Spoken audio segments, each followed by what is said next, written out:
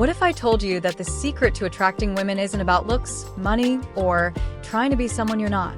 Most men spend their time chasing approval, hoping the more they try, the more they'll get noticed. But here's the shocking truth. Women crave not a man who fits into the mold, but a man who stands out. This isn't about pretending to be someone else. It's about uncovering the version of you that is already irresistible. The very traits that make you a man worth following and loving. True attraction comes from within, from embracing your power. Right now, you have a choice. You can keep chasing validation, or step into your power and become someone she can't ignore. If you're ready to stop guessing and start attracting, hit the like button, subscribe, turn on notifications, and comment below. I am unstoppable. Let's dive in. Number 1. The man she can't unsettle. There's a kind of silence that speaks louder than any word. A presence that doesn't beg to be noticed, but somehow always is. That's the man who doesn't chase approval. And in a world constantly begging to be seen, he becomes unforgettable. Picture this. She delays her reply. She cancels plans. She tests boundaries, consciously or not. And while most men react with anxiety, explanations, or attempts to win back her attention, he does nothing.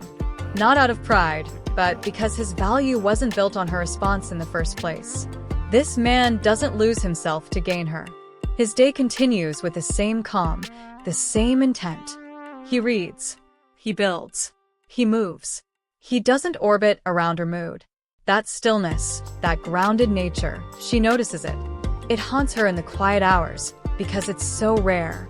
Most men adjust themselves to fit her world, but he remains unshaken. That's power. From a Stoic lens, this isn't just confidence, it's freedom, the kind Epictetus speaks of. No man is free who is not master of himself. When you don't need validation, you stop being manipulated. No one's delay, withdrawal, or silence can shake you. You've built your center elsewhere. Society feeds us a lie. To be attractive, you must always do something. Text the right thing. Show the right status. Be constantly responsive. But real magnetism comes from being, not performing. When you stop seeking, you start drawing in. And women, especially those used to being chased, feel this difference instantly. Think about the irony. She might expect a reaction, a question, a check-in, a little ego crack. But when it never comes, something shifts. She wonders why. She rereads the last message. She replays the silence. And now you live in her mind. Not because you tried to, but because you didn't. The solution? Stop outsourcing your emotional weather. Build a world she can enter, but not dominate. If she walks away, the world doesn't collapse. It stays intact. She's not the sun, you are. And if she wants warmth, she'll find her way back. The man who doesn't bend to please, who can walk alone without shrinking, isn't cold. He's centered. And in a world addicted to noise, that calm becomes irresistible. Number 2. The quiet mirror that draws her, and it's not the loudest voice in the room that wins her trust. It's the one that listens. In a world saturated with self-promotion, boasting, and carefully curated personas, the rarest kind of presence is the man who sees her. Not for her appearance, not for what she offers, but for who she is underneath the noise. She walks into the conversation expecting what she always gets. Stories about achievements, muscles flexed between words, clever lines crafted for effect. But this time, she's met with stillness. He doesn't interrupt. He doesn't redirect the topic to himself. Instead, he leans in, not physically, but emotionally, with genuine curiosity. When she says, "Work's been insane lately," most men jump in with how their day was harder. But he simply says, "Sounds draining. Was it worth it?" 7 words. That's all. But it lands with more weight than 1,000 compliments. In that moment, she feels something unusual. Heard. From a Stoic perspective, this isn't just a conversational technique, it's humility in action. Marcus Aurelius wrote, "You have power over your mind, not outside events. Realize this, and you will find strength." The humble listener doesn't need to insert himself constantly. He's not fragile in silence. He doesn't grasp for attention because he already possesses inner security. Many people think attraction is built on performance. Be funny, interesting, dominant. But in truth, the deepest connections are forged in the quiet space where someone feels safe to be themselves. The man who can hold that space, who resists the urge to perform, becomes unforgettable. She might not even realize it at first. There are no fireworks, no grand gesture, just a lingering feeling. I could tell him things I've never told anyone. And that's not because he's manipulative. He's present. His ego doesn't need to compete. His words are few, but his attention is whole. Let's challenge the common misconception that women want to be impressed. They might say that, and many men take it literally. So they chase flashy cars, tell exaggerated stories, or subtly drop status cues. But the truth? They long to be understood, without judgment, without pressure, without needing to perform themselves. Here's the insight. Stop talking to be remembered. Start listening to be felt. Your strength isn't in the number of words you use, but in the weight behind them. A quiet, grounded man who listens empathetically has more impact than 1,000 alpha male imitations. Practically speaking, how do you become that mirror? First, observe more than you speak. Reflect her feelings instead of giving unsolicited advice.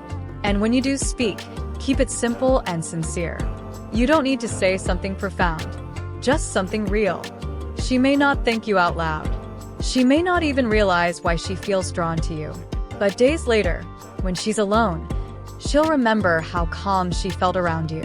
That's the kind of attraction that isn't loud, but lasts. Because when you stop trying to prove who you are, you give her space to become who she is. And that, in a world of performance, is number 3. The storm behind his silence magnetic. There is something magnetic about a man who speaks little, but every word seems carved from stone. When he does, he doesn't announce his strength. He doesn't perform masculinity. He simply is. In a time where most men over-explain, over-prove, and overcompensate, his calm is a rebellion, and it draws her in like gravity. He enters a room and the energy shifts. Not because he demands it, but because he carries an inner weight. There's no frantic movement, no constant checking of his phone. His posture is quiet power. His eyes hold presence.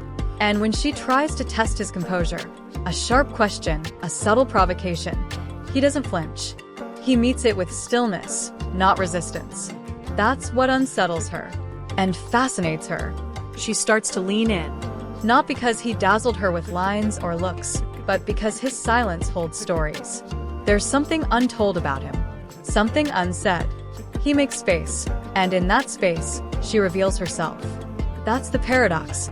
The more grounded he is in stillness, the more she is drawn into movement. Stoicism teaches, true strength is not loud, it's unshakable. Seneca once said, "No man is more unhappy than he who never faces adversity, for he is not permitted to prove himself." This man doesn't fear discomfort or uncertainty. He lives with it like an old friend. His calm is not naivety, it's earned. And she can sense it, even if she can't name it. Let's dismantle a modern illusion that power must be performed. That to be desirable, a man must constantly show dominance, command attention, or speak with force. But the deepest masculine presence isn't theatrical, it's rooted. The man who doesn't explain himself endlessly, who can sit in silence without scrambling to fill it, radiates a rare kind of confidence. Imagine this. She asks, "Why don't you ever talk much about yourself?" And he just smiles, shrugs gently, and says, "I prefer to show, not tell." That's it. No monologue. No justification. Just the kind of line that plants a seed in her mind. One that grows every time she thinks about him. She starts to notice. Every word he says is intentional. Every look holds meaning. And slowly, the mystery becomes irresistible. This isn't about playing games or being emotionally unavailable. It's about being grounded. A man like this has faced storms, not just outside, but within. And he's come through them not louder, but quieter. Not harder, but deeper. His calm isn't empty. It's full of stories, scars, lessons. Here's the takeaway. You don't need to be the loudest to be the strongest. You just need to be anchored. When rooted in substance, your silence becomes a presence she can feel, even when you're gone. So next time you think you need to say more, prove more, explain more, pause. Let your stillness speak. Let your gaze carry weight. And watch how she listens, not just with her ears, but with her entire being. Because the storm she's drawn to isn't outside. It's the one you carry inside, mastered in silence. Number 4.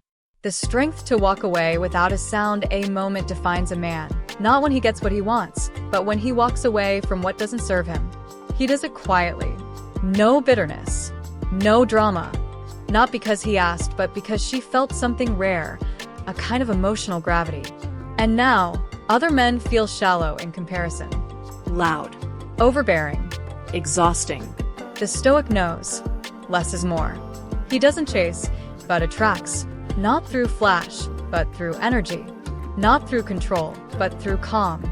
And in a world where attention is currency, his quiet focus becomes a gift she didn't know she was starving for. So don't aim to impress her.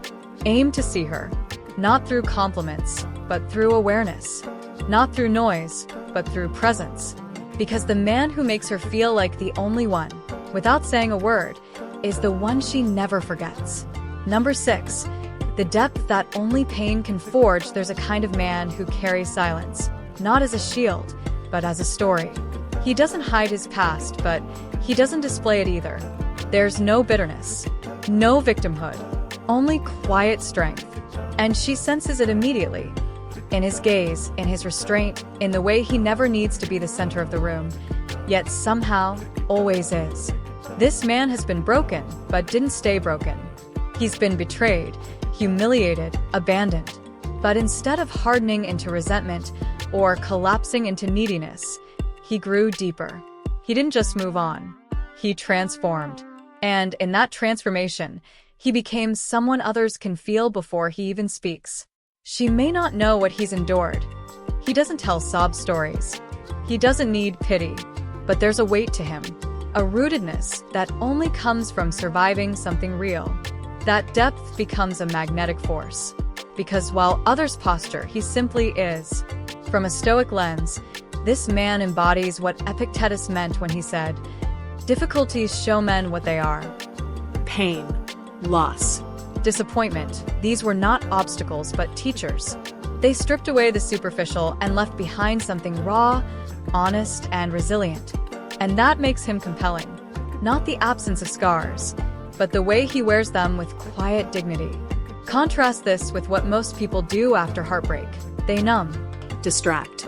rush into the next thing, build walls. But he didn't do that. He let the fire burn. And in the ashes, he found clarity. That's why he's no longer reactive, no longer desperate to prove himself or avoid discomfort.